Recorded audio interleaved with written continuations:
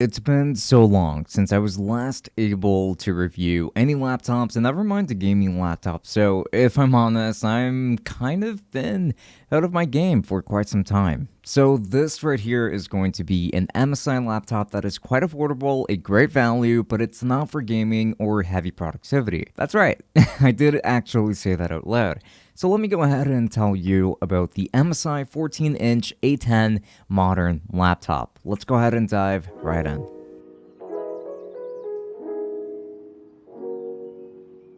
This video is sponsored by ViolaWave, the makers of a portable professional microphone sterilizer for just about any microphone you own. I have a bunch of different sizes here in order to suit whichever microphone you need to keep clean and sterile at all times. And undo the bottom, and place your microphone inside, and then right after go ahead and screw it back on, and then press the V button in order for your microphone to be sterilized. They actually have many different models here, and one of my favorites is actually the Rocket model over here because it fits just about any microphone, and especially during these trying times, the ViolaWave professional microphone sterilizers are incredibly useful and makes me feel safer about sharing my microphones with others since I can just go ahead and sterilize it right after. Purchasing links are going to be down in the description, and a very special thanks to the folks over at ViolaWave. Thank you for supporting this channel. The exterior design consists of aluminum. This laptop is very well built and yet so lightweight. It's super thin and still packed with a lot of genuinely useful ports. And here we've actually got two USB ports, a headphone / microphone jack, and a battery indicator that are going to be on the right. On the left, there's going to be a barrel connector for charging, an HDMI port, a USB-C port, and a micro SD card slot. I would say that I have everything that I need here, but the one issue is that I wish that we did have a full-size SD card slot instead of just micro, but it is better than nothing if I'm completely honest. This laptop has one of the most muted designs that I have seen on any MSI laptop to this day. All it has on the top is just a printed MSI logo on top and on the bottom as exhaust vents on the bottom with screws for opening it up if needed. This laptop has a great hinge where it makes space for the vent to the bottom when you open it up by lifting the laptop from the back, which is quite nice. Everything about this laptop in terms of its design screams portability, as this is a very muted design that no one will probably try to mug you for, and it works really nicely for people who don't want that gaming aesthetic that we are so used to seeing on MSI laptops. So this laptop features a 14-inch 1920 by 1080 display with a 60 Hz panel. This is what I would call a serviceable display at best. It's fine for most tasks, but when it comes to color accurate work, it definitely falters with its more muted tones. I wouldn't get this for Photoshop work, or even if you want the colors to pop in your games or media or anything like that, but on the bright side, it does get pretty bright. And it is a matte display, which makes it a lot easier to use outdoors. This is a great outdoor laptop, if I do say so myself, and I think that these are going to be good selling points, but the quality of this display is not really very good in my opinion, and I'm mostly just referring to the colors here. Now let's go ahead and talk about some of the good stuff. The keyboard is honestly really nice in my opinion. It does have somewhat of a different layout in order to accommodate the arrow keys and to give us full-size keys, while being well positioned.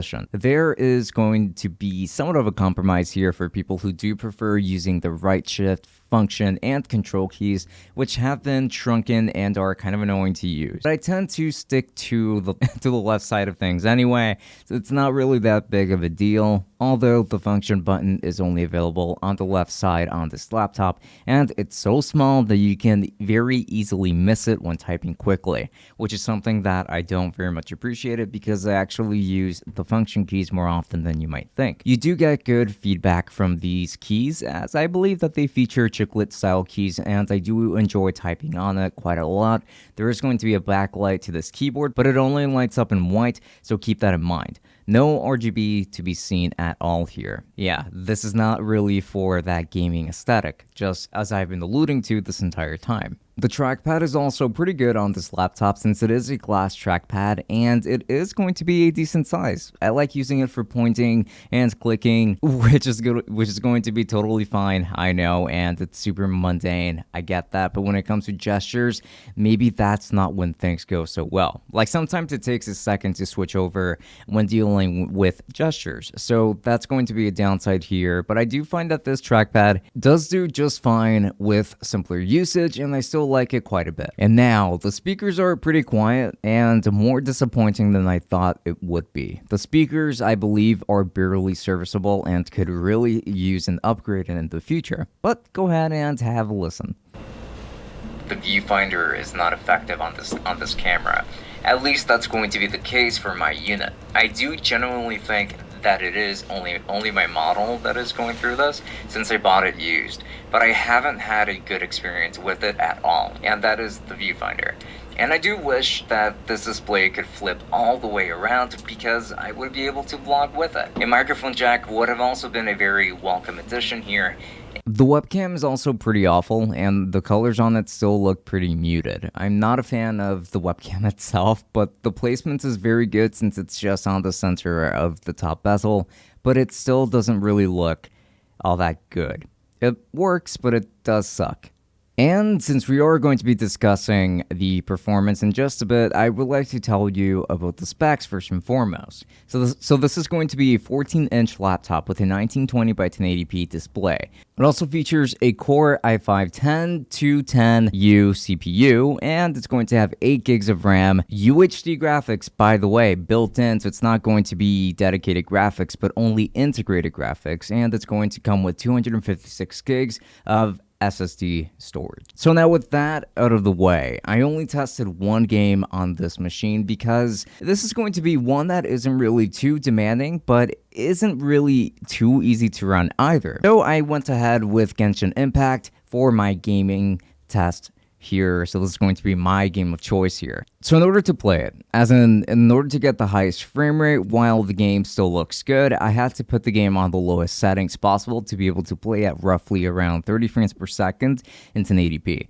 I would say that it is playable, but barely, since it took a lot to get it to run like this on this laptop, and honestly, sometimes the game pauses for a brief second, so there are still issues when gaming. There are still going to be frame skips. But if it can run Genshin like this, then small indie games should run just fine on this machine too. So if that is something that you aren't interested in, then you should be totally fine. Plus, never rule out the option of cloud gaming, like Google Stadia, GeForce Now, xCloud, and things like that, that will allow you to play games while using whatever Wi-Fi connection you currently have access to. So hey, that could still allow you to play AAA games totally fine on a machine like this. On regular use, the battery life can last you up to 11 hours, but I've gotten really closer to maybe around 9 on actual everyday work. Things like typing and browsing the web, but if you're gaming, then it will be significantly reduced to around 2 hours at best from my experience, and depending on the game or whatever editing software you are using. And when it comes to complaints, I think I have some things that I want to discuss here. The display could have been better by default, and I don't really like this particular panel that they used. This was actually the true deal breaker for me, and I really hope that they include better panels in the future. Also, let's go ahead and work a little bit harder on two things. Let's get a better webcam built onto one of these, since this does appear to be more of a student/business laptop, just considering the form factor and the features that they appeared to prioritize versus it actually being a gaming laptop, because it isn't. Also, the speakers are awful, so let's try and get nicer speakers for that too. And lastly, the trackpad could really do better when it comes to gestures too, but I would say that's everything I had to say about this laptop. So in conclusion, the MSI A10 modern laptop is a really nice laptop for its price, as I have seen it for around $700 to $800. I think that this laptop is definitely worth the money, but not at all if you're gaming, unless they are very simple indie games or if you're doing cloud gaming or anything like that, but still need a machine like this to carry around with you.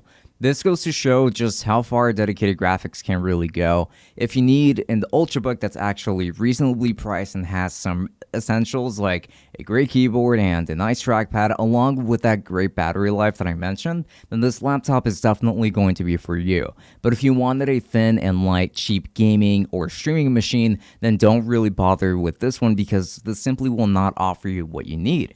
This laptop will severely underperform for you.